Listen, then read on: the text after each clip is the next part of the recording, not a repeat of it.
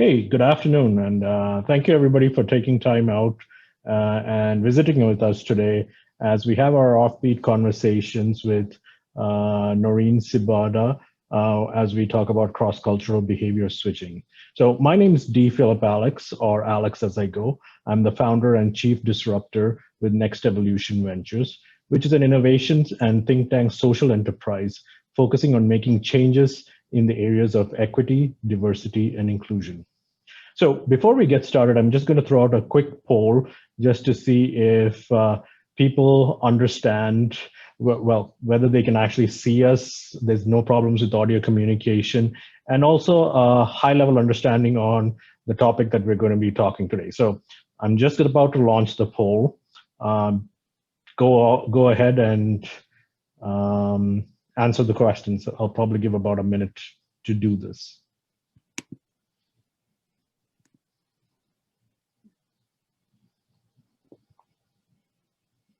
Okay, I think we're good.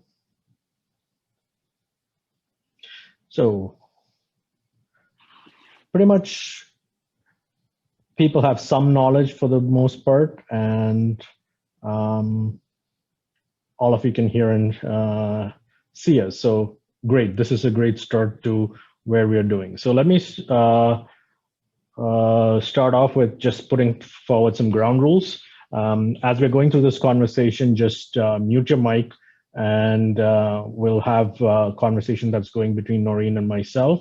If you have any questions during the conversation, by all means, put it up in the chat window and I'll try and integrate that into our conversation as she's talking.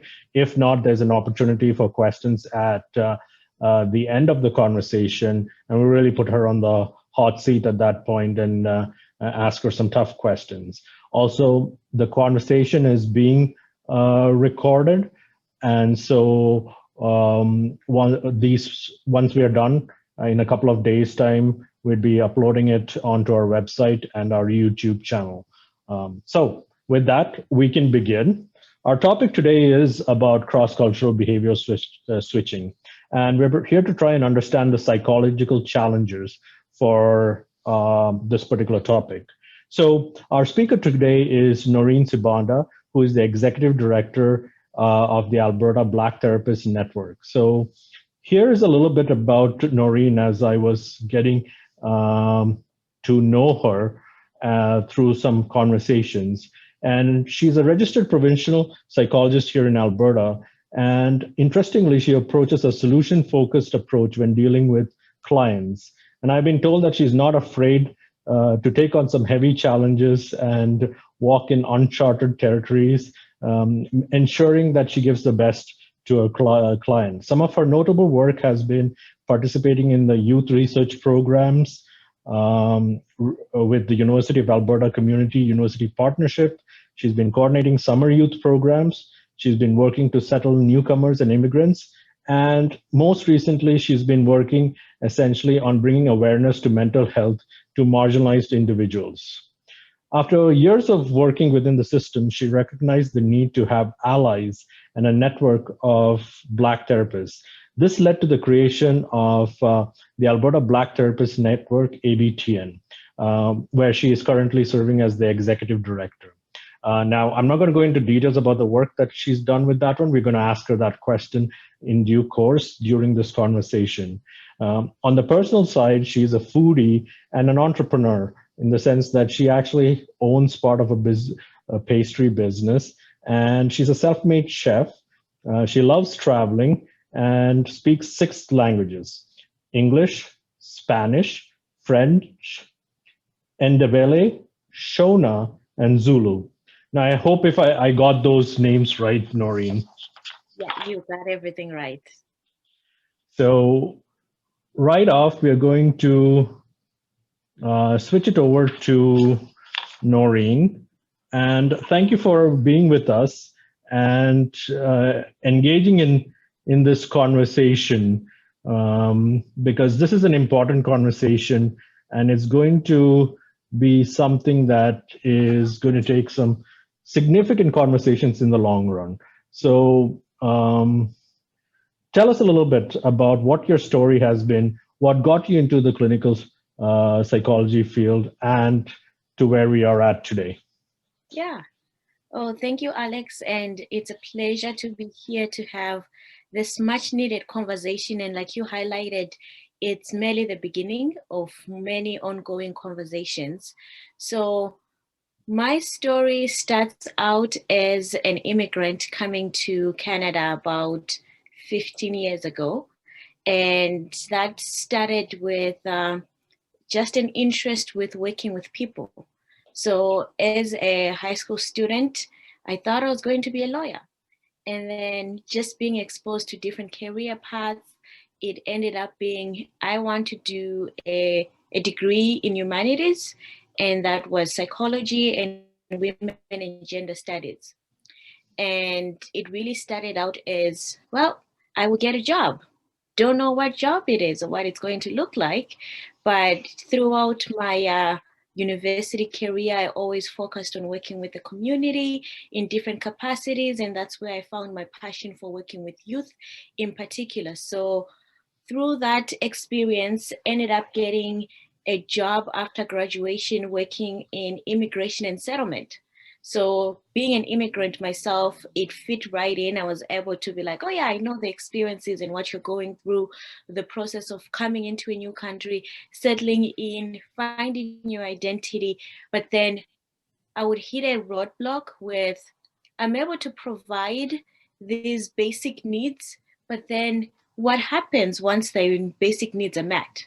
That's when people start to process traumas. That's when people start to want to work towards actualization.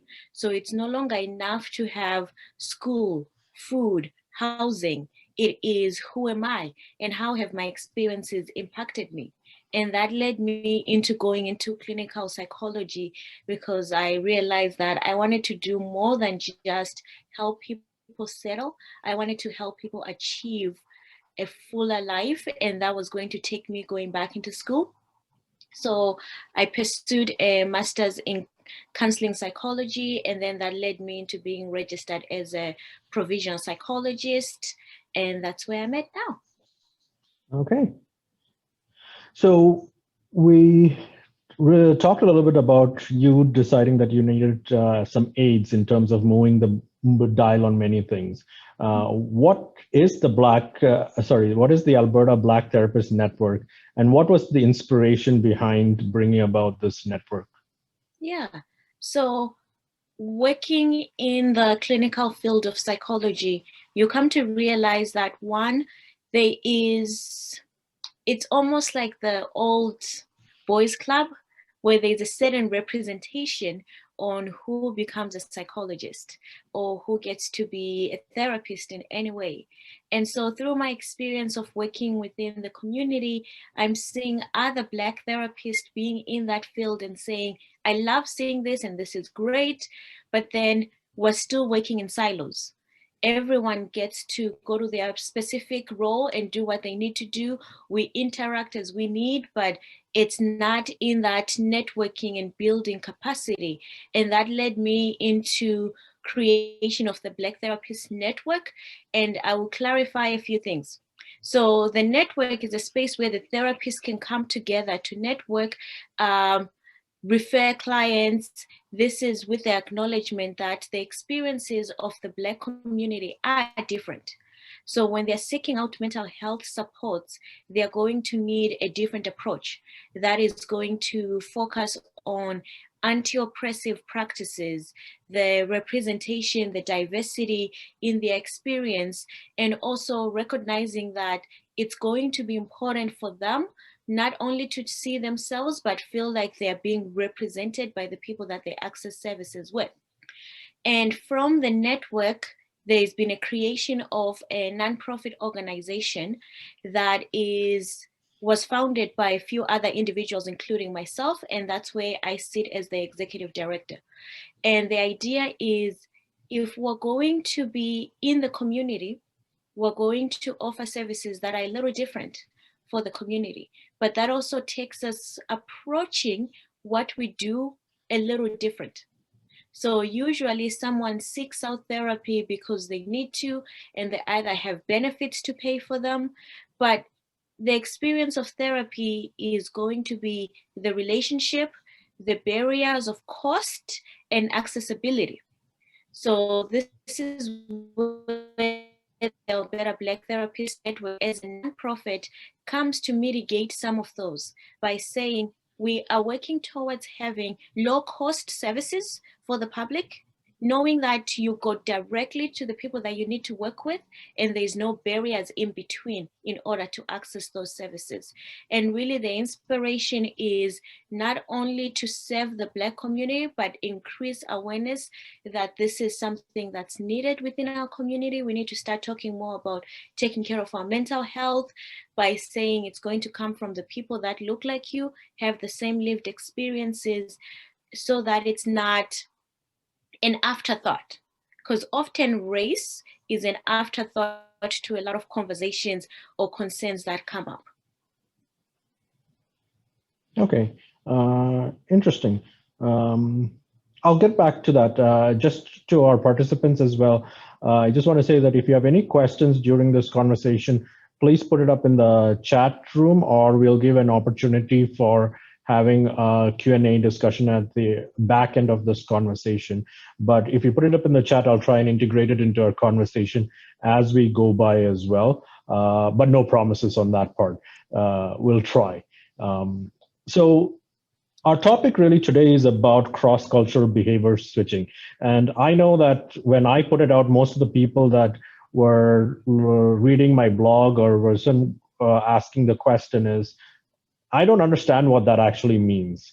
And I tried the best in terms of putting that information down in terms of a written article, but tell us in your own words what this actually means. You've got the background in the clinical psychology piece. You've lived a lot of this components. So to tell me, what is cross-cultural behavior switching in your own words?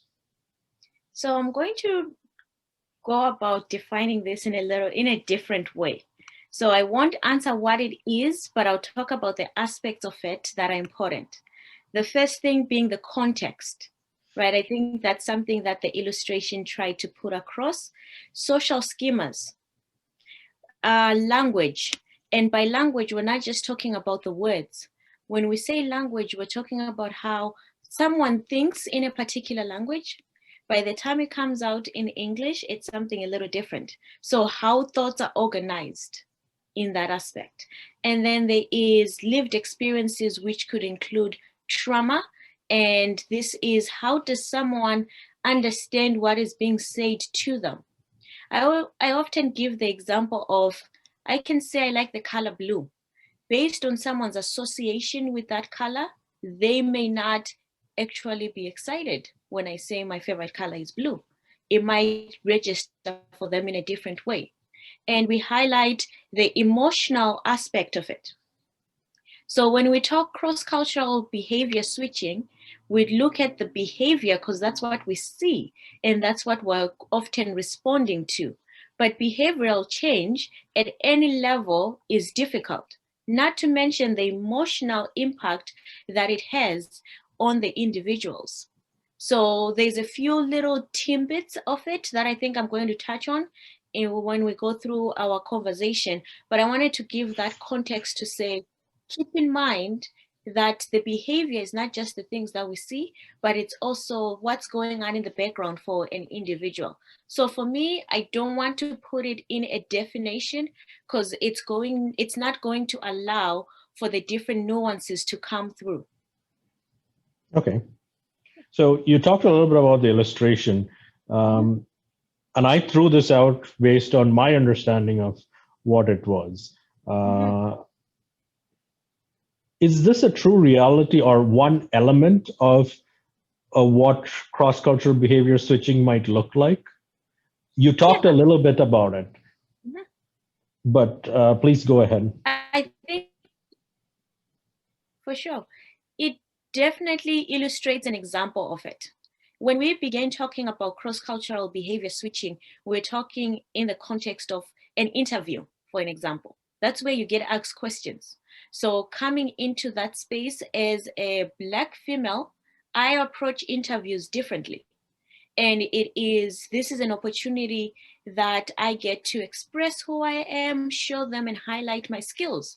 But at the back of my mind, I'm also coming from a space where I don't usually come from a culture that says, talk about yourself. There's more value in that collective culture than the individual, right? So when I get asked questions in an interview, I'm switching into, okay, I'm in the context of North America, and this is what it looks like when I'm in an interview setting.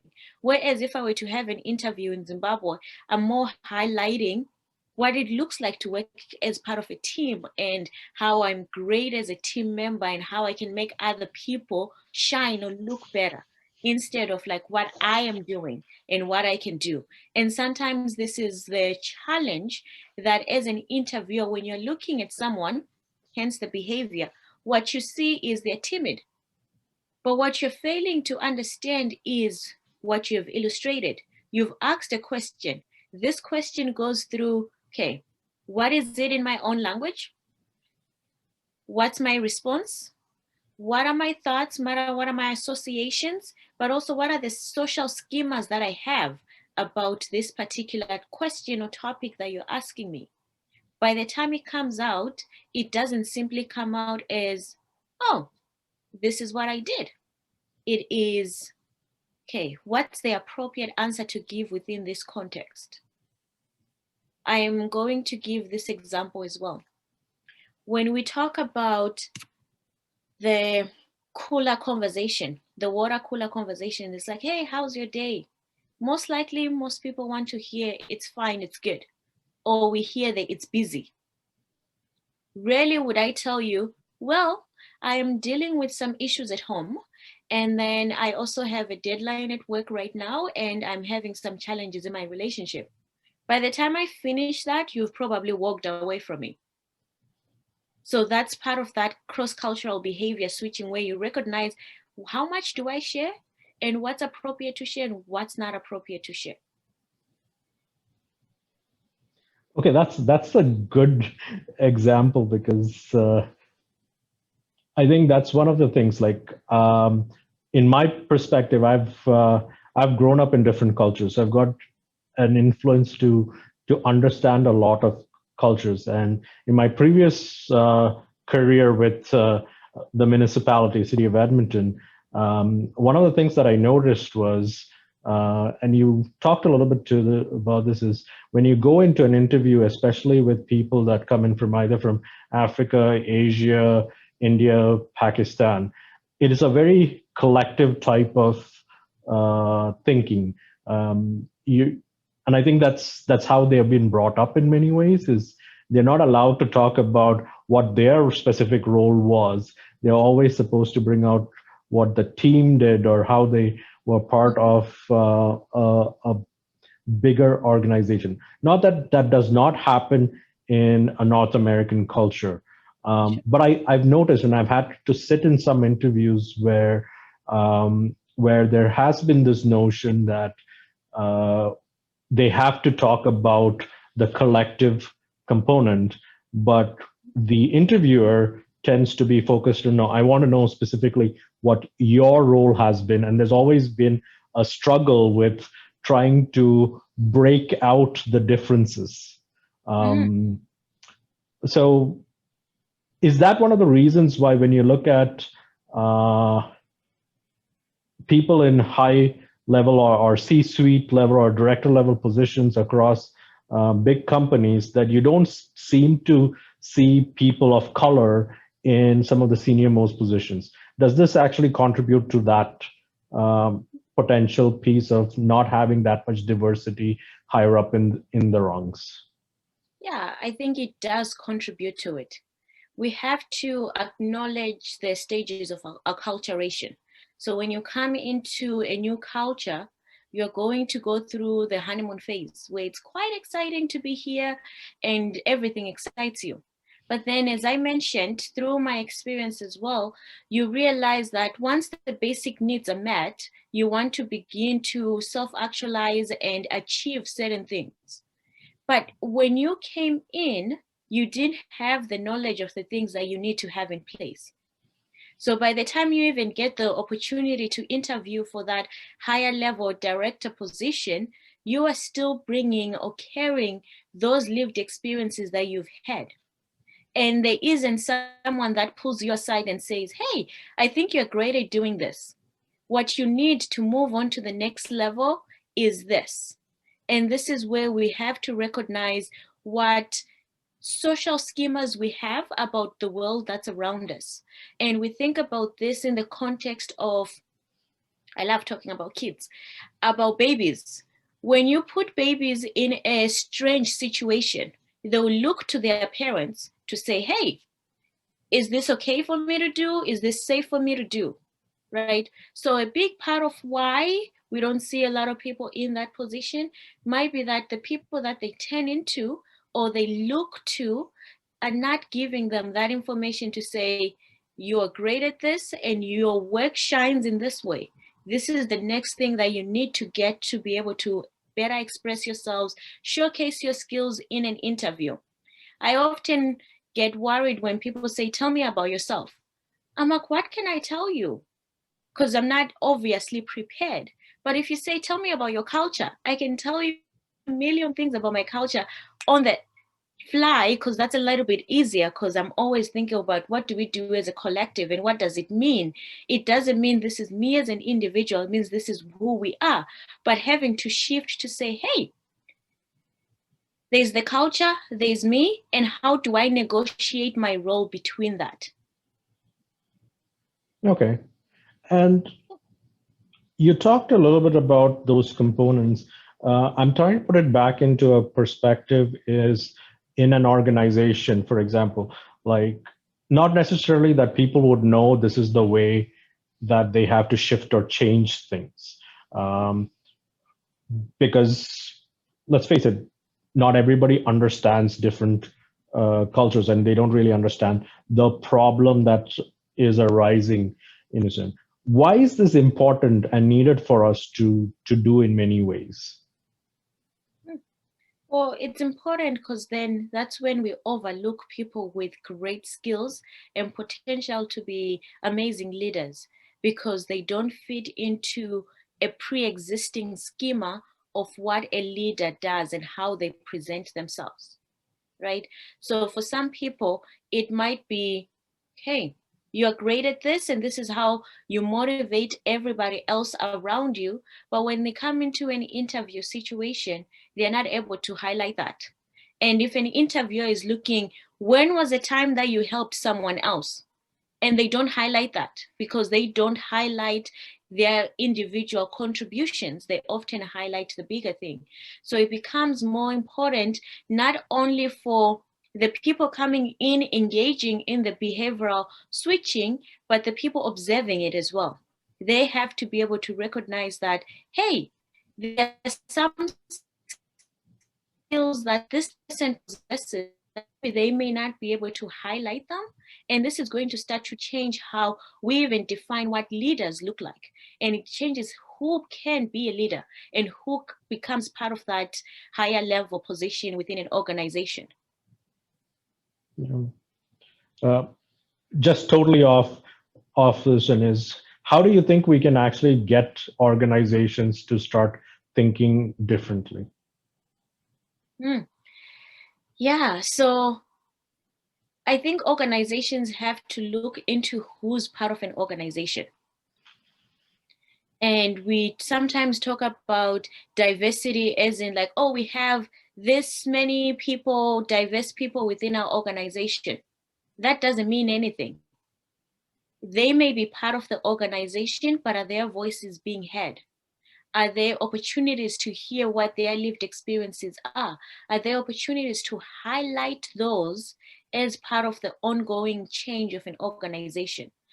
I recognize that organizations are structures that have been in place and they're often rigid in terms of thing.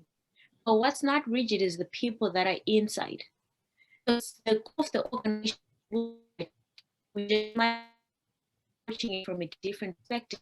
And that changes from when we come from who are the people in our organization, what are their experiences, and how do we get to highlight them. We often talk about who's at the table. Are there opportunities for other people to pull their own table and begin to have those conversations? Because most of the things that we're talking about are non-expressed. So they're not part of the conversations that we have. They're experienced at an individual level, but tend to have a bigger impact on the global organization. Okay. I lost you a little bit there in terms of the conversation, but I think we got a gist of most of the things that you were trying to share with us. The reason I brought this up is because over the last little while, I've been having some of those conversations with people, and I've really started to get to the understanding that sometimes when an organization says that they want to be diverse, it's really trying to check some boxes on a list. And it's not necessarily trying to make that huge difference. And I've seen it happen in many organizations. I'm not going to pick any organization, but you will hear that they will do a survey per se, and they'll go, "Oh, we don't have enough women in managerial positions or leadership positions."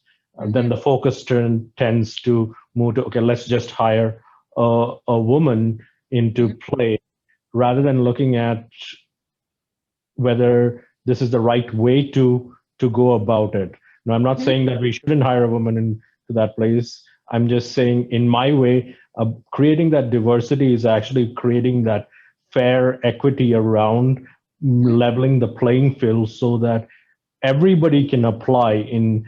It doesn't matter whether it's gender or race or socioeconomic status. It's about leveling that playing field, making it more of something that it's not just about equality, it's about equity and liberation in many ways.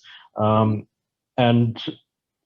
I still think that many organizations are personally just looking at it from the fact of, let's check a box, and if it says I need to hire a person of color, I will just look for a person of color, rather than hiring for the position, but opening it up to be able to do that. I understand that you've got to do both to reach to that place of opening up all those elements, but it's trying to figure out what the balance is looking like. Yeah, and you're highlighting it's not just about how it looks, right? So we're switching from how it looks to having the change within an organization. Because even if you have one female, or you have one person that is visibly a minority, and how is that changing the culture of the organization? Yep. Right, because it has to start from, even if we have someone at a higher level as a management, what about other people that are being hired? Is that being reflected? Does that continue to grow? Or is it just, like you said, we do this, we check a box, we move on? We're still keeping the system closed. We're not really opening the system up.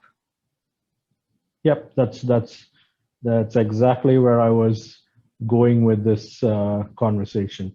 So I want to go to our next question, and I explained this piece around the interview stage where you have somebody from a different culture coming in.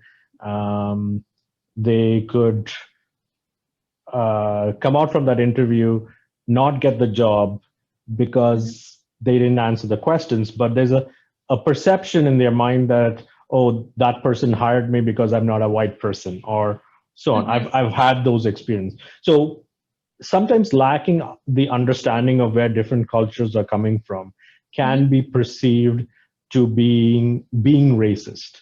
It's a perception. What are your thoughts on this comment? Yeah, so I think it's twofold. Part of it is, if, like I said, if our schema of what we're looking for in an interview is highlight A, B, C, D, and if the person sitting across from you doesn't highlight those, you X them. You're like, nope, doesn't fit, not interested, not what we're looking for, right? That's one side of it.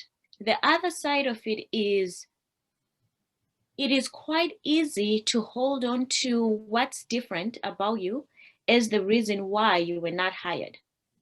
And part of that is we are using what's available to us in the environment, in our society, to make sense of that. What are usually the reasons that are cited? Hey, how can I improve or get better next time? Nothing, you did really well, you were just not what we're looking for. What happens when you say, would have liked to see you highlight more of your leadership skills, would have liked to see you talk more about this? So then it is something that I can actually change. I can't change my race, but I can change how I present, the way I engage or understand certain topics, or even how I work. I can talk about it. Yes, my work, I work as an individual, but it's not as an individual, I mean within other people. And I am regulated by a body. But within that, I can still highlight how I am doing things to not only revolutionize how the approach is, but also how we approach mental health, for an example, right? So I can talk about that. But if I'm not given an opportunity to say, hey, this is something that you can highlight, and the understanding from the interviewer, let's say this is a Caucasian person interviewing someone from a visible minority, they can be seen as racist because they didn't do a follow-up. Hey, can you say a bit more about this? It's not racist when you ask certain questions. Sometimes we shy away from having these dialogues because we think that means I am going to be highlighting your differences. And I know by law, there's certain standards that are set. We cannot discriminate based on race. You're not discriminating. You can say, hey, I'm very curious about this. If you're not comfortable responding, I will respect that as well. I'm just wondering if you could elaborate on this so that I can have a better understanding of where you're coming from and how you conceptualize certain things. Because when we talk about language, there's someone that speaks French. When I have to respond in French, I have to go back and think in French.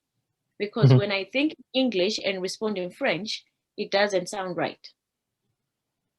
Right? So the same thing, you can ask follow-up questions that allow the person to say, how can I conceptualize that in a different way? That actually goes into the question that I was going to be asking is, what are the things that we can do to elevate some of the stresses associated with this component? One piece to this component, and I don't know how many organizations work, but I know that when you have a unionized environment at times, you're not actually supposed to even deviate from the question that's put in place, because then that's considered as undue advantage to a Mhm. particular individual. It's a different on the management side as compared to being in a unionized environment. This means a lot of change in terms of looking at collective bargaining agreements and all those components, where it Mhm. really needs to start looking at how do you change the way that you approach job interviews. Forget even about the part of creating the job profiles in a way that it's open, but even being able to be a little bit more liberal in the job environment.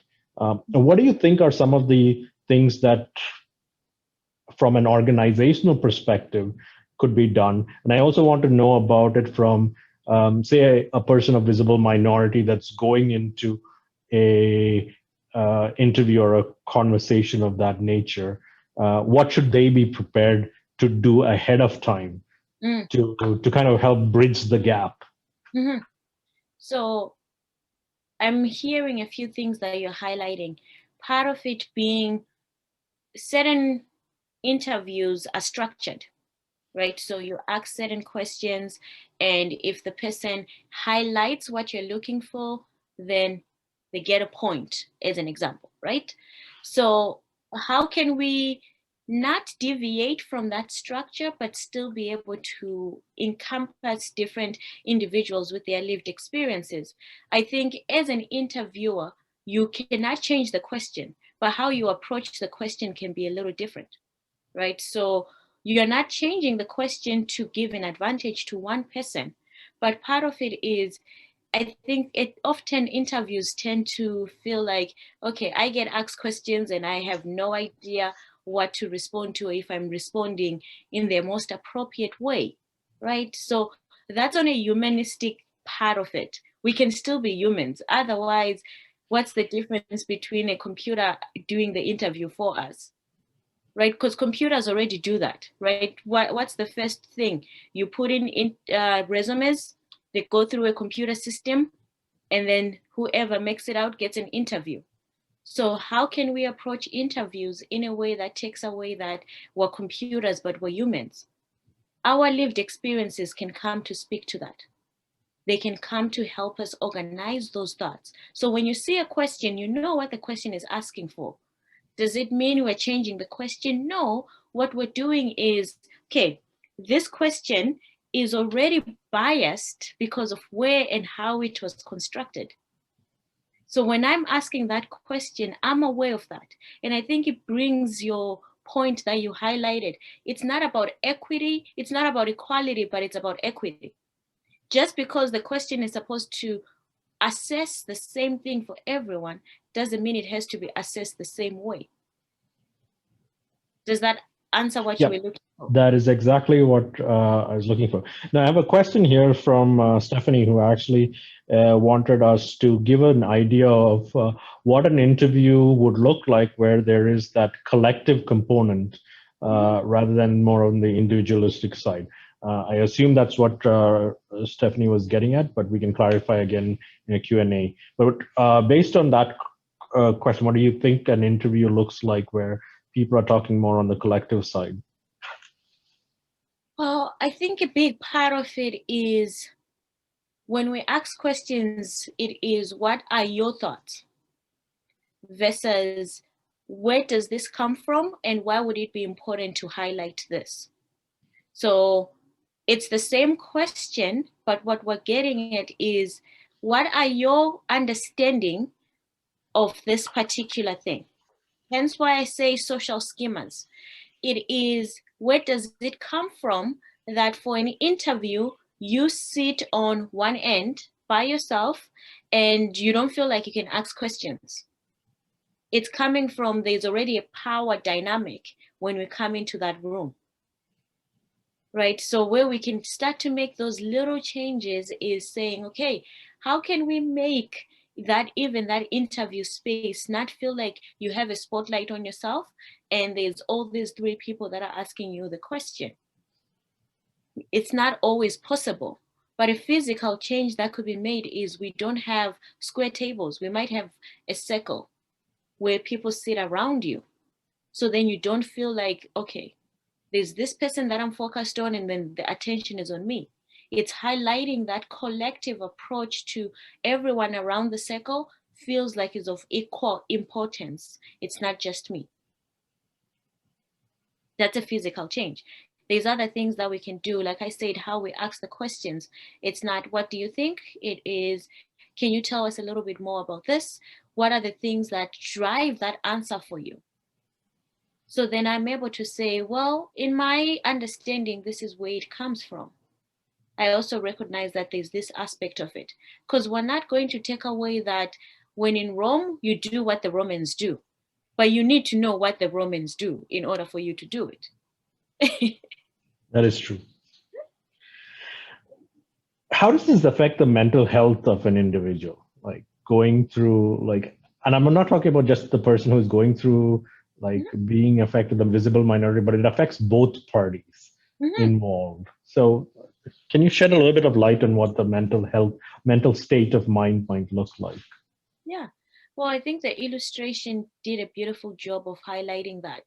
We're not just saying words, but we're going through a process of elimination.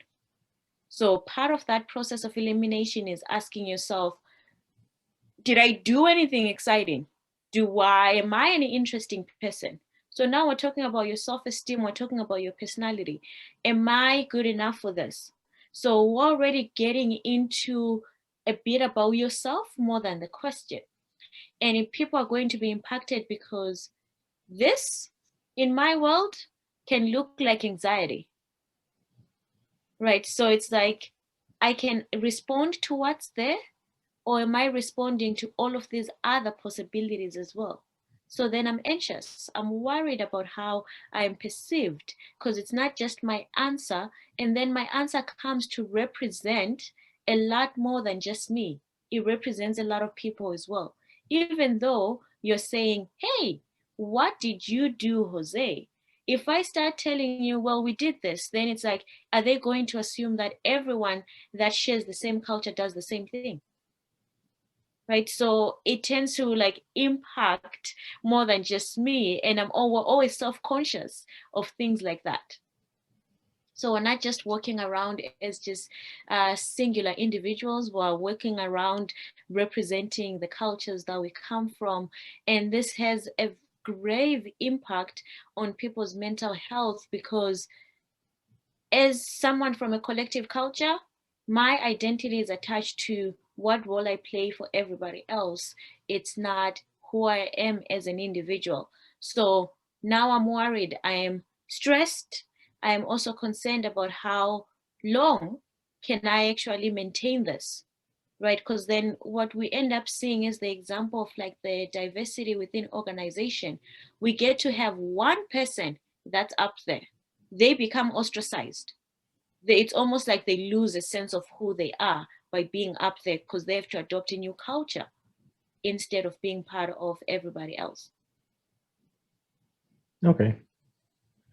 I want to touch a little bit based on some of the recent incidents that we've had. Locally, we've had some issues around racism that happened in Southgate Mall area with some of the ladies. And then most recently, with on the political side in Capitol Hill out in Washington, D.C., and how they've managed to cause quite a stir in society. Now, those are unacceptable. How do you think understanding of and awareness of a topic like this that we've talked about today would play a different role in an outcome? Mm-hmm. When we have more information, when we have a different understanding, we tend to make different decisions, right? So it's not because this doesn't fit what I think should happen, therefore it's wrong. We tend to come from it as what are some of the pieces that are missing? What's something that I haven't explored that would help me understand this? And we think about lived experiences, or as we're having this conversation, we can talk about, okay, as a female, what are some of the things that I would ask, or how would I ask that question, which is different than a lived experience as a male. But then it also differs when we add race. And all of these are not happening in isolation. They are all intersecting, right? So it is because I look a certain way, my religion is this way, and then there's this. All of these come to have an impact on the outcome. When you look a certain way, you are assumed not to be a threat versus when you look a different way, just based on how you look, right? So the outcome is already different that way. But when we say just because someone looks this way doesn't make them a threat. Just because someone is this, there's a lot more that we can intersect. And how can we approach situations or incidents like the one from Southgate? And I agree with you, that's not acceptable as a society for us to even normalize anything like that. And the second piece to that is, if we're coming at what am I missing? As a peace officer or as an officer, I can come in and say, hey, what can I understand that I'm not understanding? Because then the lived experience of someone is, if I'm already going to Southgate Mall, it's different than the experience I get if I go to Kingsway Mall. Different sides of the city have a different understanding. So the people that come have an understanding of what goes on. So they're not making assumptions that if you do this, that deviates from what I think should be, that means you're already in the wrong. It's more coming from, okay, there's this piece that I need to keep in mind, right? We can talk about religious clothing. Just because it said no hats and someone else still has a religious covering, when we acknowledge that, it's not them defying the rule that's in place. We already tend to approach them differently instead of assuming they're just defying a rule that's in place that they know about. They may not. But also, you have to understand that it might mean something else. It's not them just choosing to put on this. That is true. Um, Stephanie brought up something here, which I also want to try and bring up in conversation is, uh, and I'm going to try and paraphrase this in a very different way, based on my awareness and seeing things that you probably would see in many ways. When you have an organization that's a big organization, there tends to be groups, minority groups that tend to stick together, or they feel comfort in their community in many ways. And that's not a wrong thing, but at the same time, that can lead to a lot more of marginalization in the long run. Um, and as a leader or a manager, it's hard to say you got to break up the group. You can't go for coffee. You can't go for lunch as that group. How do you navigate through those type of elements? Even like colleagues who want to see like, okay, that's the group that's from um, Sri Lanka that's going together there, or like I've heard notions on, oh, that's the Indian group community going together, and so on for coffee. How do you actually try and break those barriers and try and be more respectful without having to say that, it's let's not create a mutiny out here, but more of integration in many ways. So, what are your thoughts around what goes through the mind of people on those lenses? Yeah, well, I think the first piece is they will not understand nor accept who we are. So you go into a space, you do what you need to do, and you try and preserve who you are. Canada is great. We're a multicultural country. We allow people to hold on to their cultures. Amazing, right? And that means they're allowed to express themselves and participate in different ceremonies that they have. Rather than keeping people at silos, what I think can be done for an organization, and it goes back to something that we highlighted earlier, the organization itself has to change. If the organization stays the same, then people will gravitate to where they're comfortable. People will stay with who they feel like they can be themselves with. Everything we do is a performance. If there's going to be a 30 minutes where I don't have to perform, guess where I'm going? Where I don't have to perform, right? So part of what can be done, and some organizations do this really well, is a lunch and share.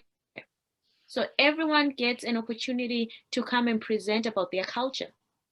So then the next time someone sees this group of people go together or engage in an activity together, it's no longer, oh, it's just that group. Or it is, hey, they have an interest in meditation, in yoga. So that's something that they do. But also because you've asked people to share, they can tell you why it's closed versus it being opened. So then you have an understanding of, they're not selectively saying, we don't want anyone else coming in. There's a reason why. And if it's things that are open, and from my experiences, people are always keen on sharing their cultures with other people. So I don't see them just closing that for no particular reason. But once we have an understanding of why a certain group does certain things, we tend to look at it differently. We perceive that differently. And then the way we organize it in our minds isn't going to be from that stereotyping aspect of it. It's going to be, okay, this is what they do. And we understand.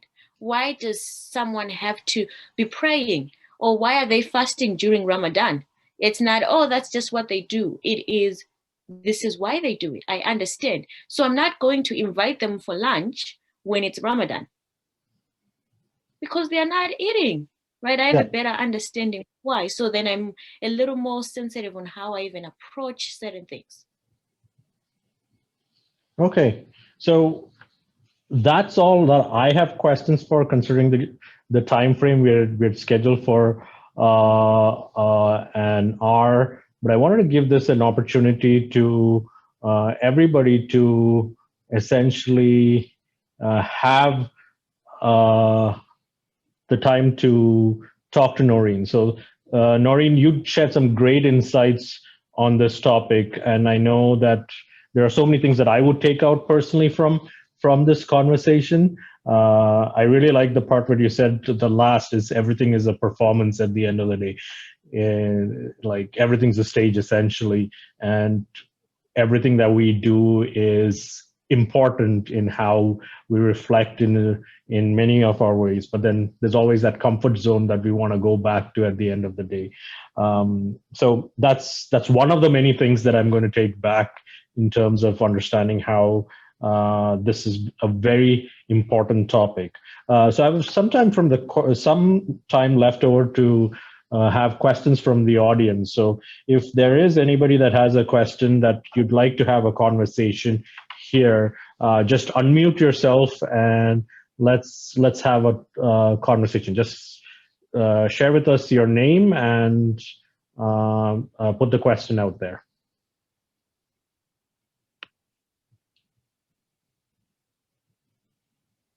Not everybody rushed to get to the mic.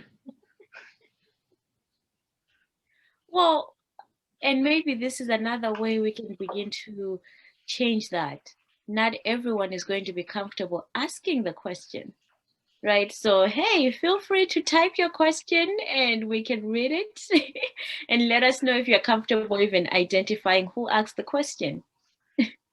I guess I fell right into that one, didn't I? You fell into it. Yeah, you fell into everyone tends to be like, and maybe while people are coming up with questions, it's even the idea of like safe spaces. What's a safe space? And who defines what the space is going to look like when it's safe, right? Like between us, we can say, hey, we've spoken before. We know each other. I feel like this is a safe space, I can tell you. But then for someone else, it might be intimidating to even be in that space, right? So it's not always a safe space.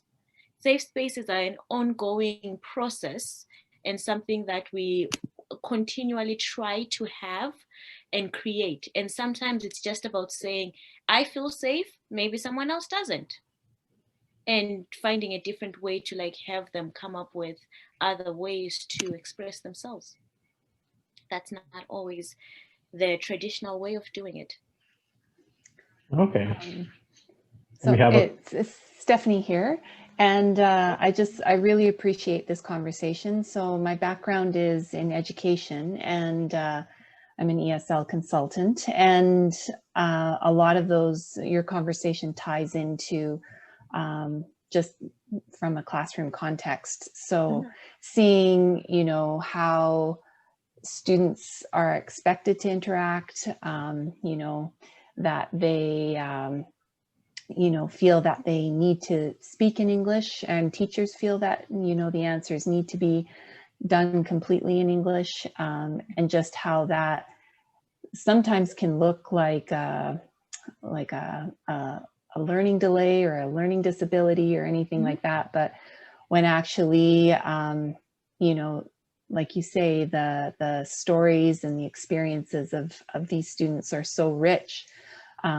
And as one person that I follow, Dr. Jose Medina on Twitter, he says, just because they can't language it doesn't mean that they don't know it, right? So, yeah, so I really appreciate this conversation, and yeah, thank you for the opportunity.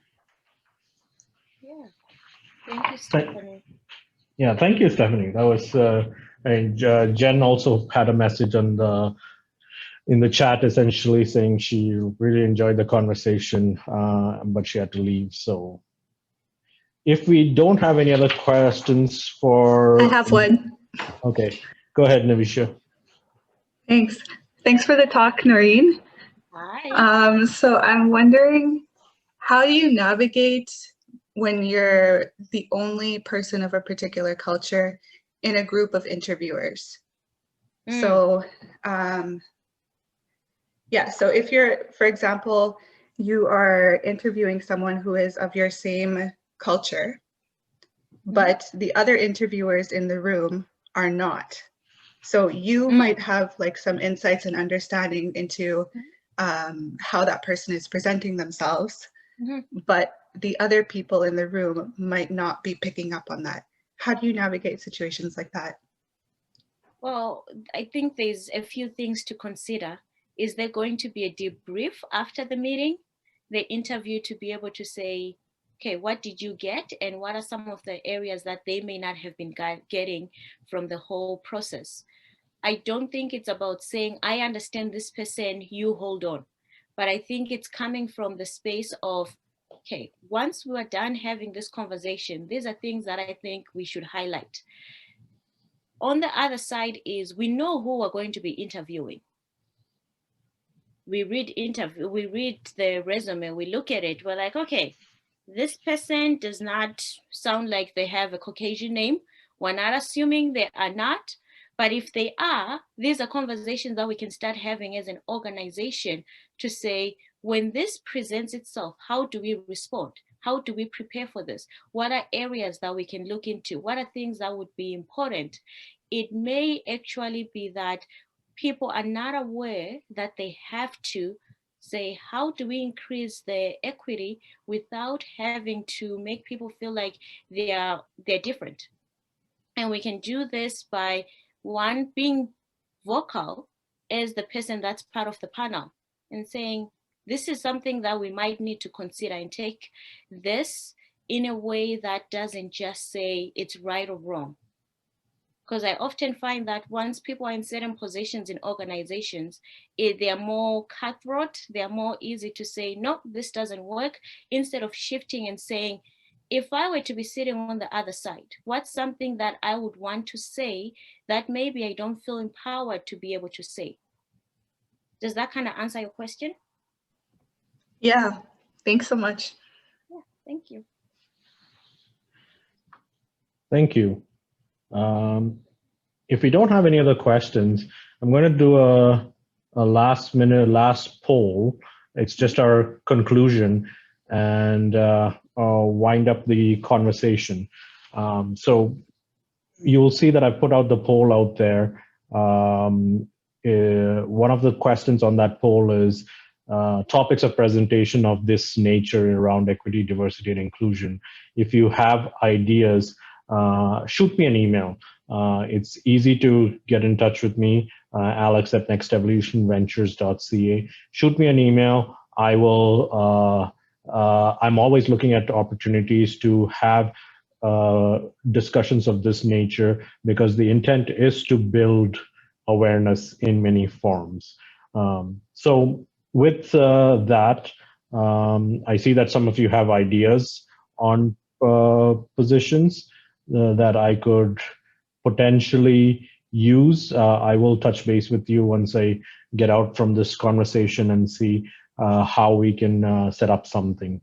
In the meanwhile, I would like to thank Noreen again. Amazing presentation, amazing insight to many of the topics that we had out there. I would, like, in a bigger setting, I would say, let's give you a big hand. But on behalf of everybody that's attended, I want to say a huge thank you. And more so, I want to say that this is just the beginning of a long-term journey around building awareness and making shifts and changes in the way that we build our community in many ways. And so I'd like to thank you for coming out. I know you've still got a busy day ahead of you today, but also to all the attendees that, to come in on a Saturday afternoon when you could be doing something else. And trust me, the weather is really good out here for being January. And I know that usually January is the time we hit minus 40 or so, and so it's welcome temperatures out here. So rather than being outside and enjoying, you took your time to come out for a very important conversation, and we'll be having a number of conversations over the next little while. It's interesting, Noreen, that you brought this up, because you brought up two topics that are actually our upcoming conversations. You talked about shift your mindset and who am I, and we're actually hosting a panel discussion in March with members from across the globe, essentially, on that panel. It's called Shift Your Mindset and Finding Your Purpose in many ways. We're finalizing dates right now on many of them. And the second one that are also happening is around looking at child and adolescents and trying to see their lens of what they perceive the world looks like to them from their lens. And that's been proposed for mid-February. Again, dates, we're just finalizing things right now. But if you want more information on the type of work that we do, follow us on our website or on LinkedIn. It's the easiest way to get the information. So that's it. I'd like to thank you again, Noreen, and everybody else that's attended. I hope you have a great rest of the day, and stay safe. Thank you. Thank you.